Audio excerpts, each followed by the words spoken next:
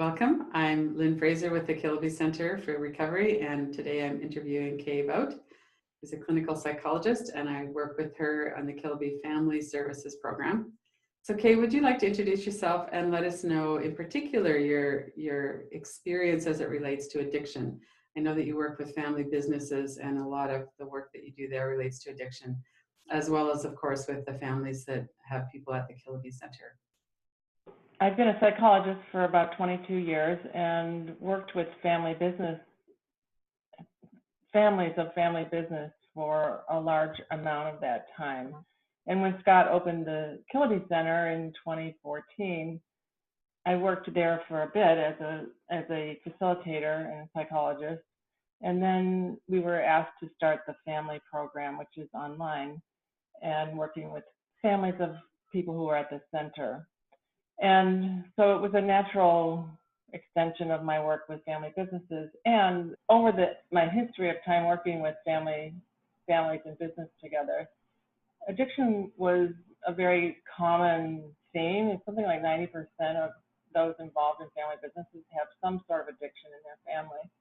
And it so happens that the principles of healthy families apply, whether it's for addiction or whether it's working together as a family. It's really all the same work. So work about boundaries, work about developing yourself and individuation. It's all one and the same. It's all the same idea, family systems, and how do you be healthy. How did you start working with families in business? I started through the University of Illinois. They found me, I still don't know how, and did an executive retreat for their board back in, I think, 2000. And then from that was a group of business owners that were on the board of the Family Council, which was a training center for families in business together, because there's really a lot to it with succession in all areas, in law, in accounting, in the family dynamics. And so the family dynamics are important because no matter what kind of great plan you put together, families don't follow it because of the emotional tone or the family dynamics. So they might spend $50,000 on an estate plan and never implement it because, I don't know, their wife doesn't like it, or their daughter-in-law is left out, or some emotional reason.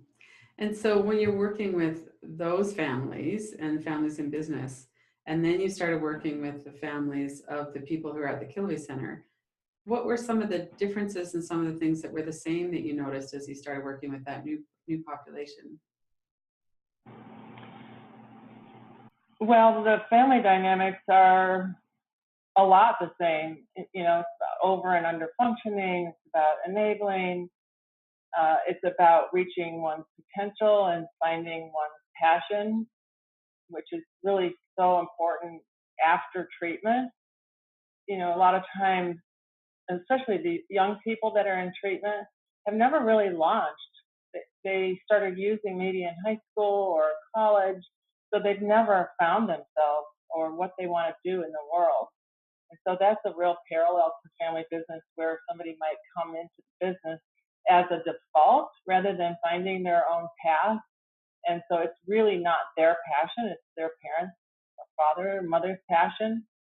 And so they're actually not self-actualizing by coming into the business.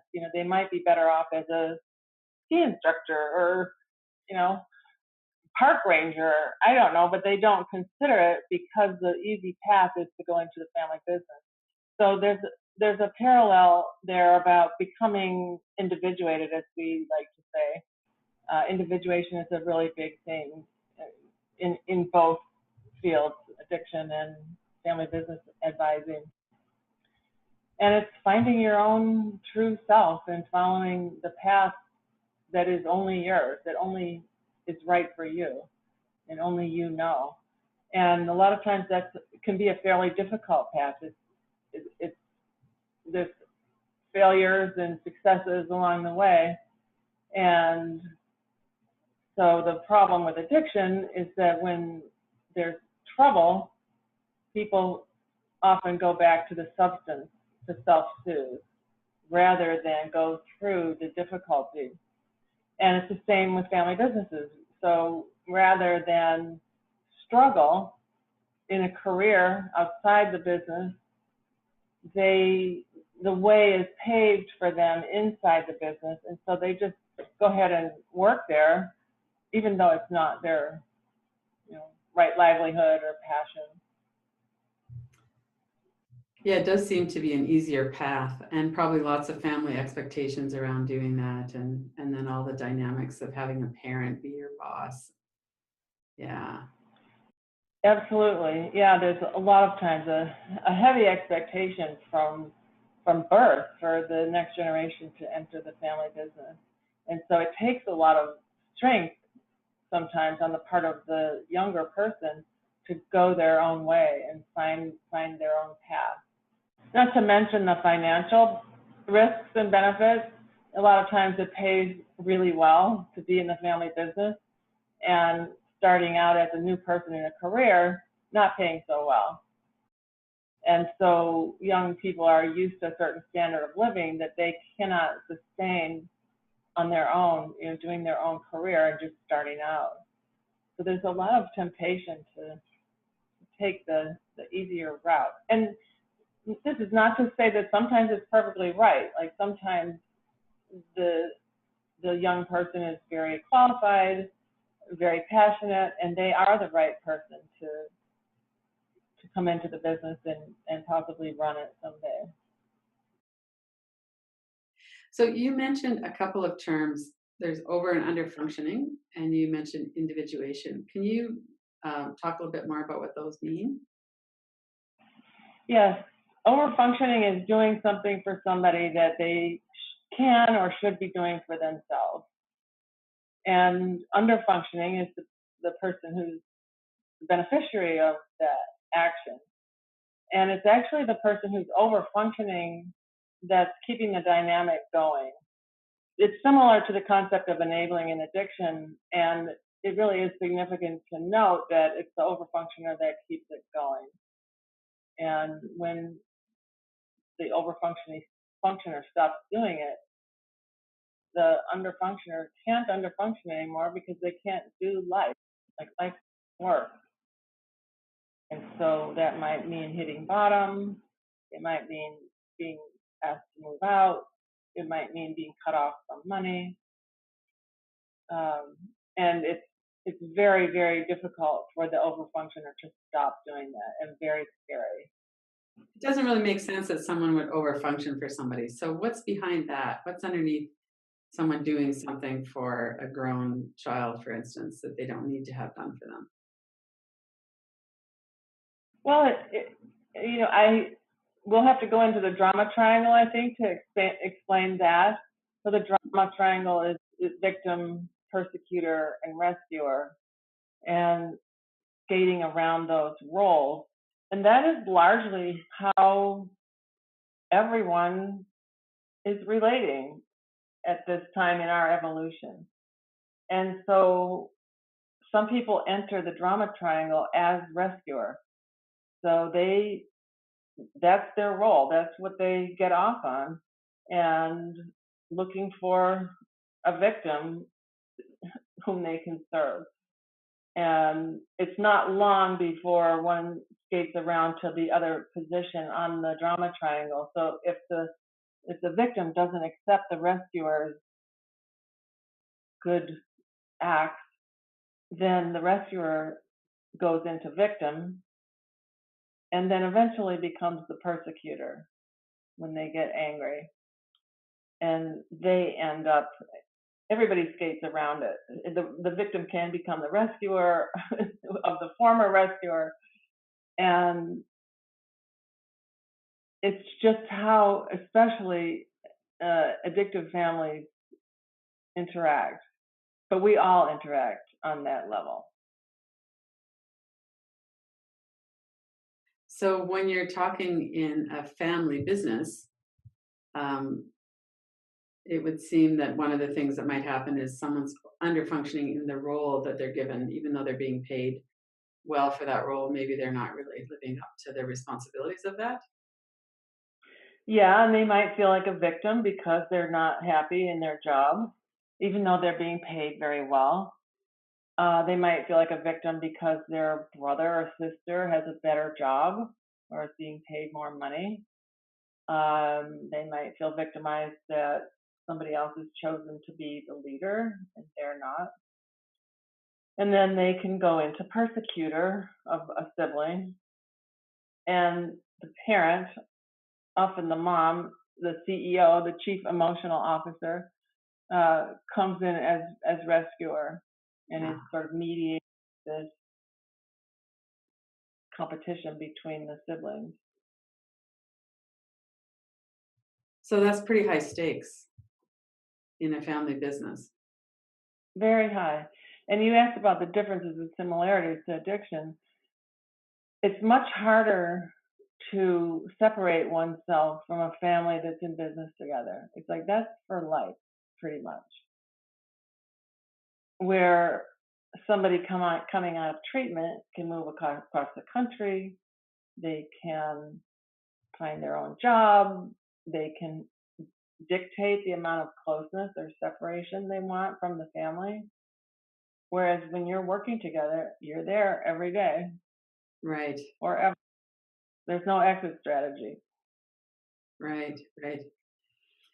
So in a way, it's one reason I like working with family businesses is they sort of have to work it out. Like the pain is so high Yeah, that it's the emotional cost of remaining in the family business is really high. The emotional return on investment has to be there also, just like the financial return on investment. right. So what do you think about the connection with wealth and addiction? We hear a lot about people who seem to have these amazing lives. They're very blessed, and yet they're addicted to really hardcore substances. What's happening there? Well, opportunity for one thing, that kids have the money to buy drugs. And I also think it has a lot to do with not having to find oneself and find one's path, and also not having to struggle growing up. That somebody comes along with money or with influence to get the kids out of trouble. And often there's no consequence, or the consequences go away to, say, like a DUI or any sort of trouble with the law or trouble with school. Like they often don't feel the consequences of their actions and can get pretty arrogant about what they do. It's like Freud said, the back in those days, the peak of mental health was to be able to love and to work. And Mm, so if you are not able to work, especially working in your passion, in your chosen field, it's a really big part of life that's not satisfying. And if kids have not ever had to take the consequences, if all the pain has always been taken away and handled, that's what they want to do in adulthood. And one way to handle your pain is drugs and alcohol. So there's a sort of attitude, I think, in the family that no one should have to suffer. I think that's a common belief of in wealthy families, kind of like, money can buy anything, including relief of suffering. And unfortunately, that's not true. mm-hmm. And it's actually in the suffering that makes us stronger. We're stronger in the broken places where we've gotten through something. Right. So what could a family do to set their kids up so that they're not coming out of childhood being entitled and not ever taking responsibility? I think from an early age, letting children feel the consequences of their behavior, and also learning about money. So not being given endless amounts of material things. So if somebody wants a bike, they have to earn some percentage of the money, so that there's not this perception that everything just comes to you automatically. And it's funny, there's a phenomenon in overfunctioning. It's like as you overfunction or give things to somebody, they become more and more unappreciative and actually hostile toward the giver.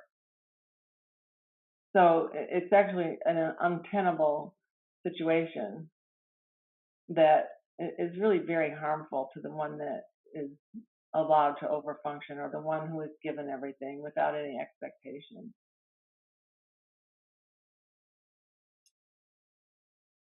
So what's under that, do you think? Like, you'd think that if you're given things, that would be a good thing, that it would clear the way and you could follow your passion, you could, but obviously it's not. It seems like it works kind of the opposite. It does. I think when one is given things, there's just not that level of pride and personal achievement that you get, say, from getting a degree. We get satisfaction out of doing hard things. We get to believe in ourselves because we've been able to get through things. And when everything is made easy and when things are given to us, we never build that self-esteem or self-confidence that we can actually get through something, that we have the strength to prevail, that we can stick with something.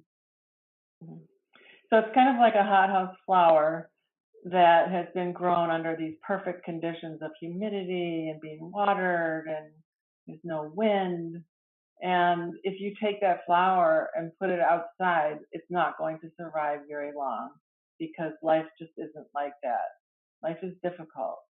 And you have to have had some years of being able to deal with hardship and feeling the feelings that come with that, feelings of failure, feelings of sadness, feelings of grief, feelings of anger, and be able to tolerate those in yourself, in order to be strong enough to meet the world as it is. Well, and then we get back to that, what you said a little while ago about there's this perception that we shouldn't have to suffer, especially amongst wealthy people. Mm-hmm. So people have all of their physical needs taken care of. They have the security of knowing that they're not going to starve. They've got a safe home, all of that. What about emotional isolation? Because isolation is such a big theme for people with addiction, isolation and trauma. Do you want to talk about that a bit? Yes. In families of wealth, often that the parents have very exciting lives and they're very busy. And so the cost to the children is that they may not be around very much. And when they are around, they might be preoccupied because they're very important. And so a child might be raised in very emotionally deprivating circumstances in any economic spectrum. It might be in a less fortunate family, it might be that the parent is always working. They're working 3 jobs. But the consequence of that is that the child doesn't really have that good attachment to at least one stable figure. And then as a result of that, they're not able to self-soothe. They don't have the inner wiring to be able to deal with their own emotions, to feel them and come out the other side. So that emotions feel devastating, and abandonment might be always around the corner, and that they can't tolerate that feeling. And so they turn to other ways of self-soothing, with drugs and alcohol or other addictions. I know in the family program for the Kilby Center, sometimes you'll talk about appropriate amounts of distance and closeness in families. Maybe it would be helpful to run through that so people could get a sense of what that might look like in a healthy family. Mm-hmm. So if you had a Venn diagram, a too close family would be, for example, two people that are almost on top of each other. Like you can't barely tell the difference between one or the other. So I've seen it in family businesses. You can sort of see it in the Trump family, where the kids kind of look a lot like the father, they dress alike like the father, they think like the father.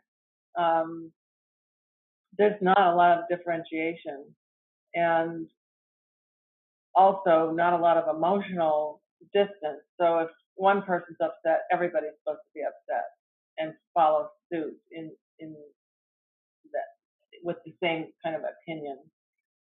And in a too distant family, if you had those same two circles, they wouldn't even be touching. There's no overlap.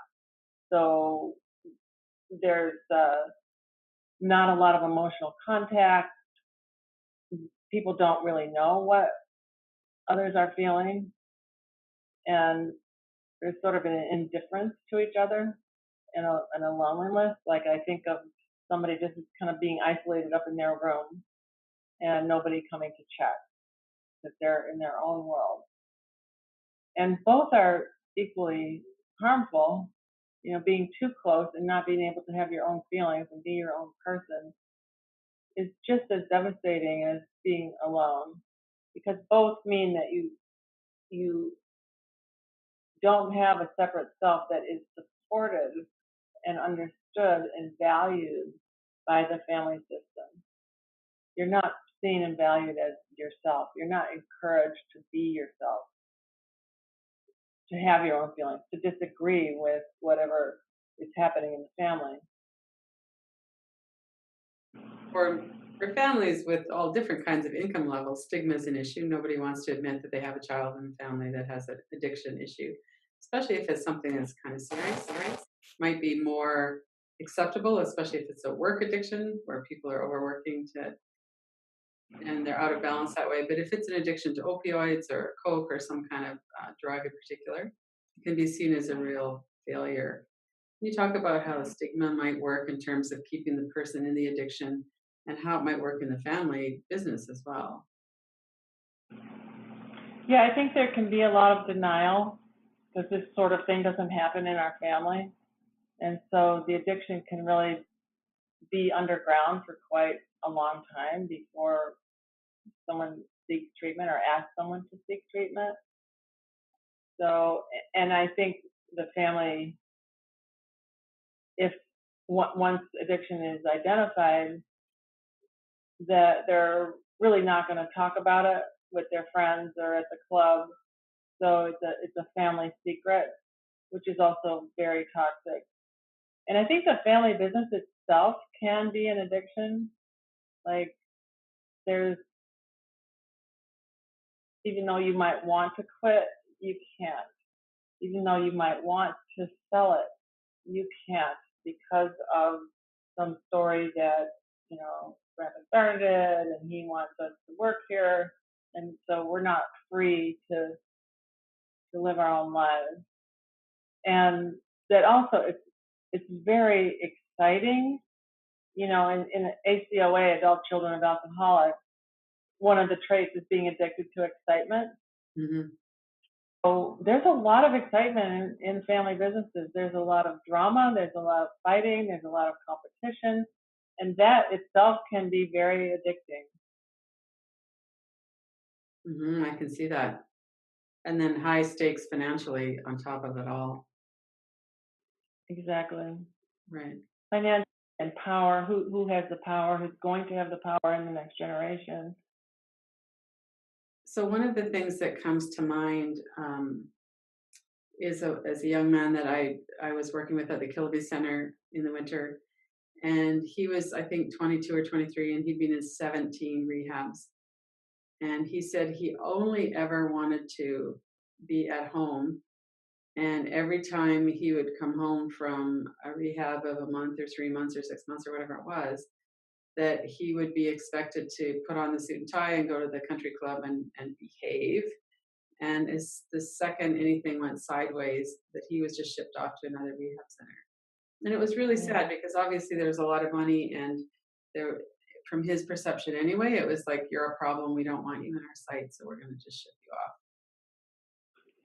Yeah, it's tragic because a lot of times that identified patient, as we say, the person who becomes addicted, is not really the problem. The family system is the problem, and that person is the symptom. And families often want to encapsulate the problem into a person and then send them off to treatment to get fixed.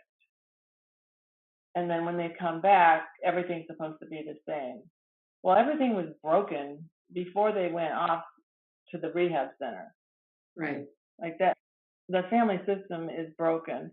And so there's a really real opportunity for that person who's coming home to be the change agent. Like that episode of addiction is really a call to the whole family system to change and to look at themselves, and for each person to do their own growth process and see how they might be over functioning, see how they themselves might have addictions, even if they're process addictions and not so obvious as drugs or alcohol. Right. And the person who's coming back into that system has a much better chance of staying off the drugs if the whole family are doing their work. Yeah, it really speaks to the importance of family education and family programs. I don't think there's enough emphasis on that, that the people at home need to change as much as the person in treatment. And they often don't have the access to the resources either. The person in treatment No, tends to be the one that gets that period of time to get help and reflect and yeah, I think treatment should be much more systemically focused rather than individually focused, because if the person comes right back into the same system, there's a way that when someone changes in a system, the system or somebody in the system influences them to change back to what you were. Like, we knew you the way you were. So don't be talking about this AA language or sobriety language. Uh, we are a family that drinks, for example. They might be a family that drinks a lot. They're just not identified as to the level of addiction. So it can be really challenging for somebody to come back into that system if they haven't done any work. And it really contributes to relapse a lot. so somebody comes home and they've not been drinking or doing drugs for 3 months or something, and they come home and the family goes ahead with their usual patterns of drinking at every meal or whatever it is. And the person is expected to just suck it up. That's their problem. Right. And be strong. And when the family might actually be tolerating a really high level of consumption of alcohol. I mean, our culture, a lot of people drink a lot and are not called addicts when they probably might be. You know, it might be affecting their thinking, affecting their relationships, affecting their ability to feel their feelings and to allow other people to feel their feelings.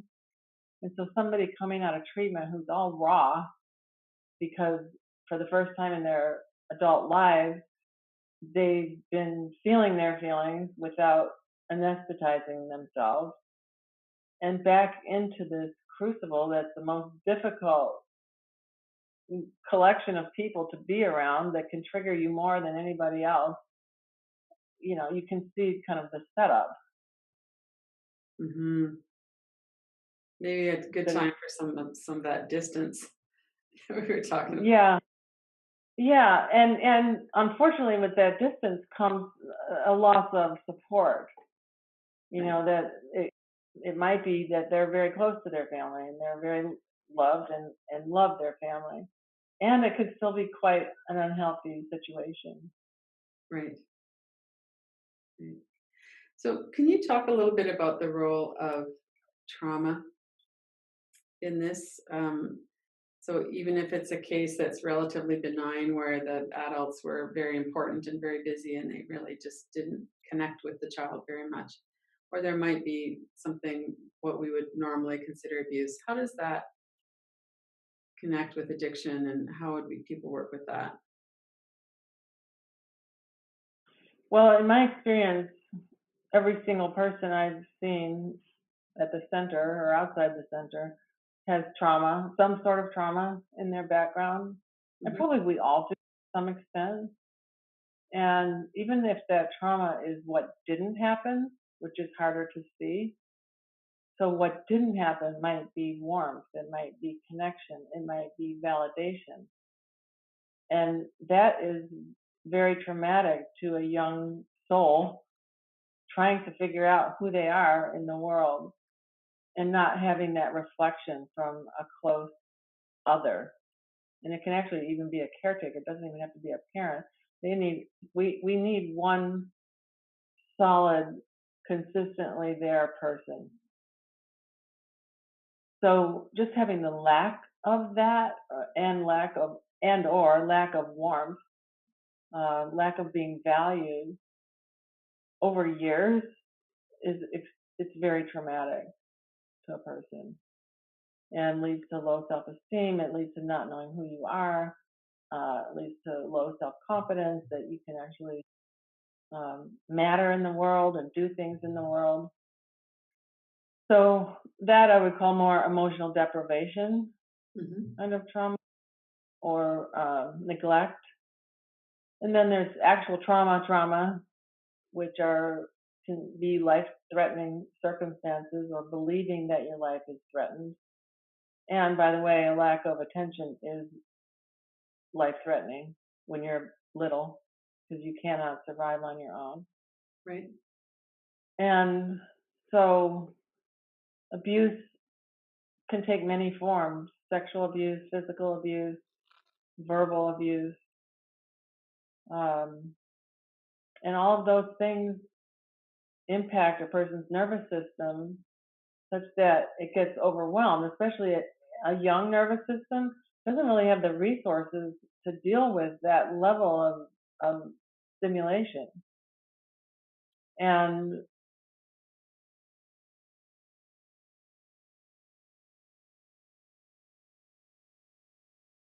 with that overwhelm, they seek to get rid of the pain, and what is often available to get rid of the pain are substances. And often, the parents might have pills around. Like pills and alcohol are so commonly available, and maybe their parent pops a Xanax, every time they feel anxious. Maybe there's a role modeling going on that you need something external in order to feel okay. And so it's kind of like anything but feel the pain. Right. And the pain is significant when there's trauma. And the pain has to be relived at least once in order to be resolved. And there's many methods now to do that. In the past, I don't know, 20 years or so, a lot of methods have come out: EMDR, Scott's work, even meditation, attachment work, somatic work. There's many ways to deal with it. And if one doesn't deal with it, it's not like it ever goes away. It's seared into your brain for forever, unless it's revisited and your brain is rewired to be current with what your resources are today, and to finally process that memory and put it in the past, or those memories, or those ideas about yourself. If you grow up with neglect and emotional deprivation, kids blame themselves, like, I'm just not good enough to have attention. I'm not worthy of attention. And so then we get a deficiency story, as Scott Kilby says, about our identity. Like, this is who I am. It's somebody that doesn't deserve love, somebody that doesn't matter, somebody that people leave, somebody that people don't pay attention to. And then when we have those beliefs, we act that way in the world and bring about, again, those very circumstances where we're rejected or we're not paid attention to, or we don't state our needs, so our needs are never met. Sounds like from what we've been talking about that a lot of the root of a lot of addiction is trying to get away from some kind of uncomfortable feelings. Do you feel that most people with addiction issues have some kind of trauma in their backgrounds? Is there a really strong link there? Yeah, yeah, as I said, I think everyone I've seen has trauma in their background, Hmm.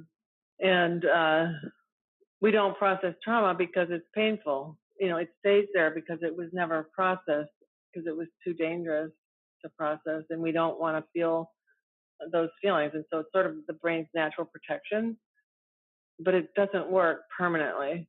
It works okay for a bit, but then it becomes so there's these things happening underground that we can't see that are making us feel bad all the time, making us feel anxious, making us feel overwhelmed, making us feel angry. And again, we seek something to relieve ourselves of that anxiety. What's your sense of what it is that some people are addicted and other people aren't, with seemingly pretty similar experiences? Why is it that some people seem more prone to that, more vulnerable to that? I think a really important thing is their level of differentiation. Like, for whatever reason, whether it's their physical constitution, or maybe they had one person, an aunt or a grandma or a neighbor, maybe they were able to forge a relationship that was important. I actually know a family in which that happened, where there were two brothers very close in age, and one of the brothers just had an outgoing personality, and their home life was horrible. And the other brother was very shy and stayed at home all the time, where the more outgoing brother went to the neighbors and sort of had a whole different family that adopted him. He ate at their house every single night. And so those two boys grew up very different about what family is, and how I'm valued. And so, I don't know how that happens. It's inner constitution. I think we're born with certain traits. And so, to the level that one can find their own way, like even at that early age, he found a way to get the connection he needed. Right. And so that follows throughout life, that you find the school that you really want to go to, you find the career that you really want, and all of that builds inner strength and self-esteem and self-efficacy, that you can deal with what life brings you, and that the world is an abundant place, that I can get what I want in a variety of places, not just one place, and that I can get help, I can get support, and other people just don't always have that. They don't always have the capacity to do that. And so I think the more one isolates, and also the more chronic the abuse, the more severe the abuse, the more impact it has, of course. But people prevail even in very, very horrible situations. They come out okay, so to speak. And I think it's the luck of the genetic draw. I think when you're 4, you're really kind of stuck with your individual characteristics that you're born with, and you act accordingly. So you were just covering some things that sound a lot to me like recovery. So, we talked about people who are in addiction are not good at self-soothing with other ways, and that there's a deficiency storage, there's all those things. So when you're talking about recovery, can you just go over that? How do you see recovery? How would you define recovery for somebody? Well, I think Freud's definition wasn't too bad: be able to love and to work. Mm-hmm. And so it's having healthy relationships rather than volatile relationships that don't last very long. Having friendships, being able to put your attention on other people rather than being so self-focused, which when we're in addiction, our world gets very small and very inwardly focused. And then to be able to work, to find how are you going to make it in the world? Everybody has to work. What are you going to do? And can you find something that fits your unique abilities and your unique personality that can bring you joy? That work is like play. And granted, there's not in our culture, there's not a bumper crop of those kinds of opportunities, unfortunately. And so I think that speaks also to the societal implications of addiction, that a lot of people are leading unsatisfying lives and working in jobs that are not meaningful and that are just out of the consumption mindset that we're in, that the world is in. We're just producing stuff and consuming it, and we're sort of raised to be consumers rather than the authentic selves that we are.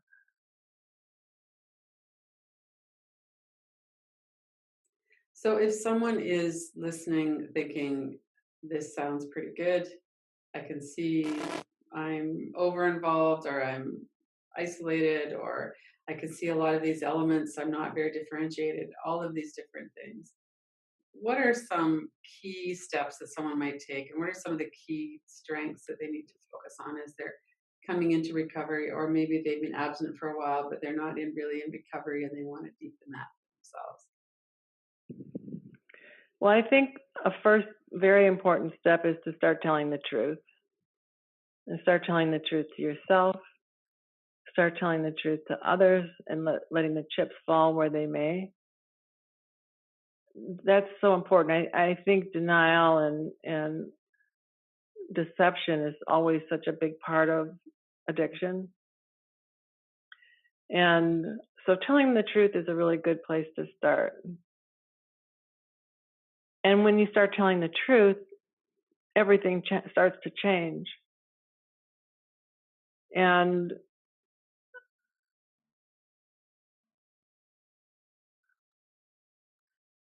I think one has to figure out why they would want to stop doing what they're doing. Like, what's the pain? What's my life going to be like if I do nothing? Because addiction is a progressive disease. And family conflict, I would also say, is a progressive disease unless you take steps to work on yourself and take the time to work on the family system with each other in such a way that something changes, something has to give. And anything any person does to make changes affects the whole system. So I think change can start anywhere with anyone. And really good place to start is to tell the truth, which often no one is. Right. And often the truth is not very welcome. Yeah. Right. And the truth, you might get stamped out like a virus. That seems pretty risky. It's very risky. And, in some families, that might mean emotional cutoff. You might be disinherited. You might be kicked out of the family. You might feel like you need to move away, that the situation is so untenable that you can't really exist or flourish in it. And because sometimes that deception and denial is so very strong that you can't penetrate it. And there has to be a certain amount of readiness in everyone in order to do something different. Readiness, or wanting to get out of pain, is a form of readiness. Wanting something different. If nobody wants anything, when I start working with family businesses, that's the first thing I ask. What do you want? Mm-hmm. Do you want something different in your family? Because if they don't want anything different, I don't have a job. Right. even if there's all this fighting and arguing, like there's no point in addressing that if the family doesn't have a goal for itself of some better state. And the same thing with addiction. If you don't see why this difficult change is going to benefit you in your life, or what's going to happen if you do nothing, there's not a lot of point. It's probably you're not going to probably stay sober.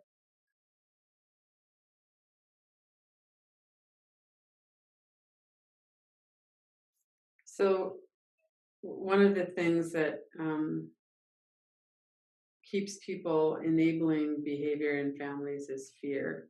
We're talking about fast acting addictions like the opioids, heroin, alcohol can kill people, but it tends to take longer. Um, how do we work with that? The parents are afraid that their child is going to OD and die, or a spouse, or how do people work with that? What's a good way to start to kind of get some um, to have that lesson, because the fear is what drives a lot of the dysfunctional behavior. So how do people work with the fear directly? Yeah, you're absolutely right that fear drives the overfunctioning and enabling behavior. And I think it's back to the truth. And the truth is that we're all going to die. We don't know when. And so the loved ones really coming to terms with that, with death as a possibility. Because if they don't, they won't be able to stop enabling. And it is a real thing. Like they could die, they could be homeless. And allowing, feeling that anxiety of the impact of that and being able to deal with that anxiety in oneself and let it go is what needs to happen in order to stop overfunctioning. And ironically, it's actually the opposite is true, is that the more you're overfunctioning, the more likely it is that they're going to keep using and more likely to die. And so it's really the opposite of what one might think, that if you stop giving money, they're going to die. If you stop giving money, they're going to be homeless. They might. And that might be the thing that they need to seek treatment. You might be making it just comfortable enough so that they can keep using. And it's probably not a life that you want to keep living. It's a very, very painful life to be living in that. And so to face that fear of what might happen if I stop doing what I'm doing, that's what has to happen to the ultimate, to the they might die if I stop doing this.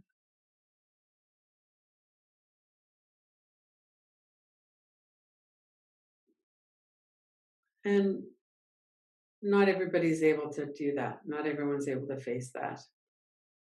What's your Mhm. sense of what it is that might create that willingness or that readiness that a family member or the person with the addiction could actually be ready to look at this and heal from it? Well, I think one thing would be to map out the rest of your life if you keep doing exactly what you're doing and nothing changes, and see if that's the life that you want, because it's not going to get better on its own. If you look at the last, however, if you draw the past and what's happened and what's escalated over the past period of time, and then extrapolate that out into the future, you can sort of imagine what your life's going to be like, and just see if that's what you want.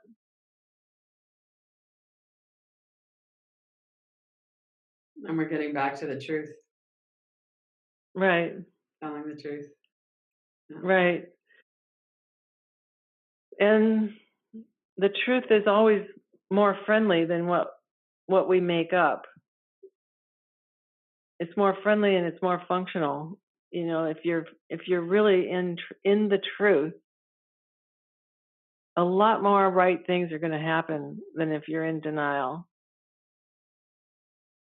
Like when somebody is over functioning or giving money or smoothing things out for an addict, it doesn't feel good at all. And often it's consuming that enabler's whole life. Like they're not doing much else but being focused on the addict. And so they have their own process of differentiation to go through of what's my life about? He's been drinking for the past 10 years. What have you been doing? You know? And so living one's own life and having a sort of compassionate indifference toward the one that's using and letting them take the consequences of their behavior and you go live your life.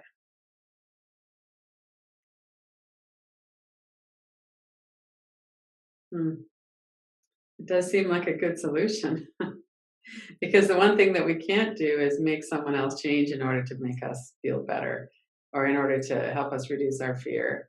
The people with addiction that I've talked to are well aware that their parents are terrified. And that knowing that isn't enough to make the difference. There has to be something else. And that anxiety that the parents feel often makes it worse for them, for the person with the addiction.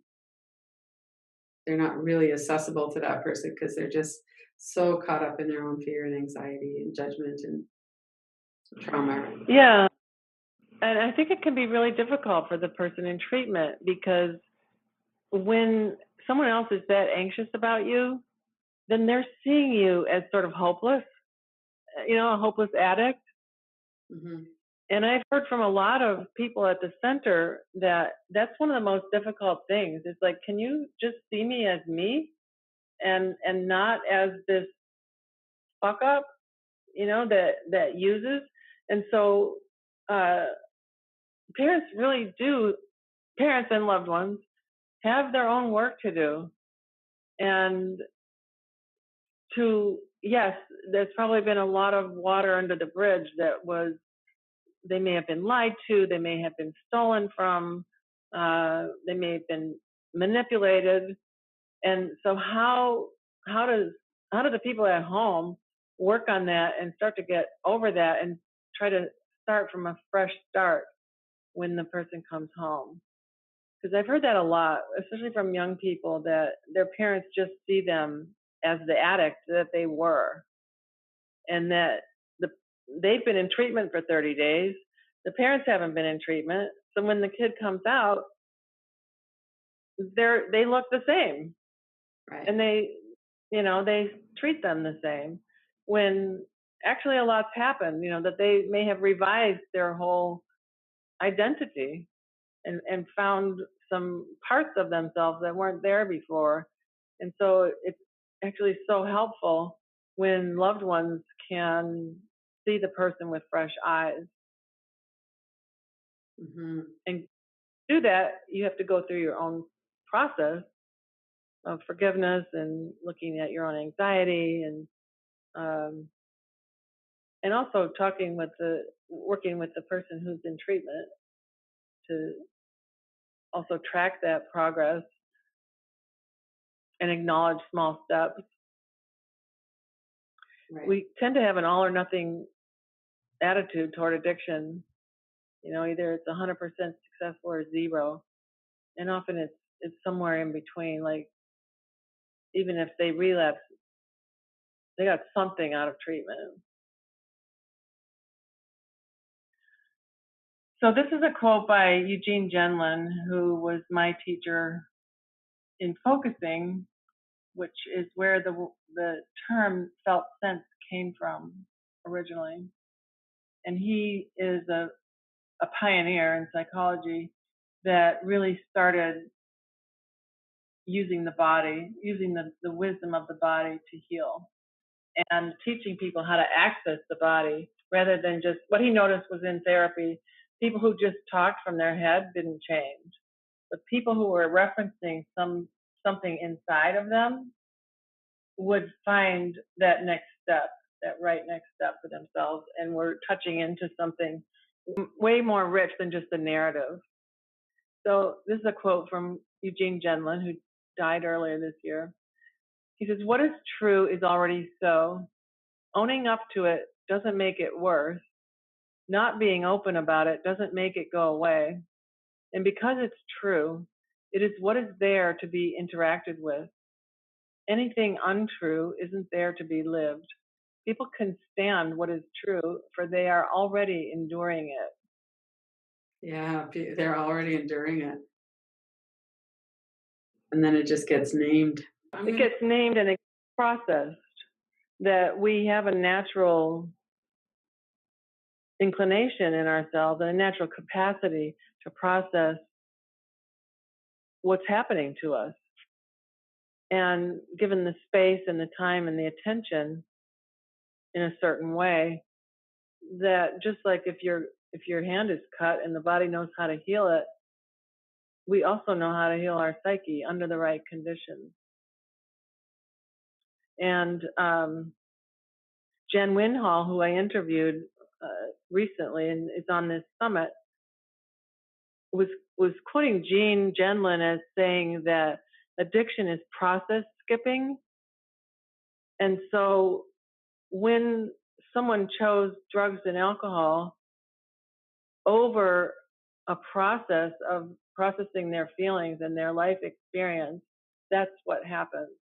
And so we need to go back to what happened and process it in some manner. So for example, it doesn't even have to be verbal. So for example, TRE, trauma release exercises, where the body just shakes, similar to what an animal does after it experiences a trauma. So there's many ways to release it, and it has to be redone. We can't skip processes. So I thought that was a very interesting way to think about it. Mm-hmm. And then it makes sense that we'd have to go back and process it in a way that allows it to resolve and release instead of being stuck back in the body.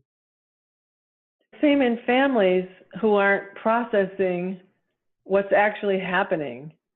And all this stuff is going underground. People are not saying their feelings. They're not speaking their truth. They're not addressing conflict. It's really toxic. And something's going to suffer. Somebody is going to suffer. And maybe it's this identified patient that sort of absorbs all of this toxicity, and then it's seemingly just them, and that the family can sort of cut them out and send them away to be treated, and everything's going to be fine. But it's not fine, because everybody created it. And so the family needs to go through their own process that they have previously skipped, and each individual in that family needs to go through their own process that they've skipped. A lot about telling the truth. Yeah, that's so important. And people, we all seem to want to have these authentic, connected lives, and we can't do that if we're not telling the truth. Yeah, if we're interacting with each other and hiding things about ourselves and hiding things about our reactions to each other, it's not really an authentic relationship. It's a relationship between ghosts. Exactly. So, Kay, when people want to get a hold of you, what is the best way for them to do that? So they can go to my website, realtalkcompany.com, and there's a contact form on that, and that will get to me. Well, thank you very much, Kay. It's always a pleasure talking about this, and I've learned so much from you about families and how they work and telling the truth and what's an adult and how all of this fits into addiction. Is really interesting to hear you talk about it. So thanks for being part of this. Thank you, Lynn. Go to KillibyCenter.com, Radical Recovery Summit, to see the full schedule of speakers and to register to watch these free online September 23rd and 24th in the Radical Recovery Summit 2017.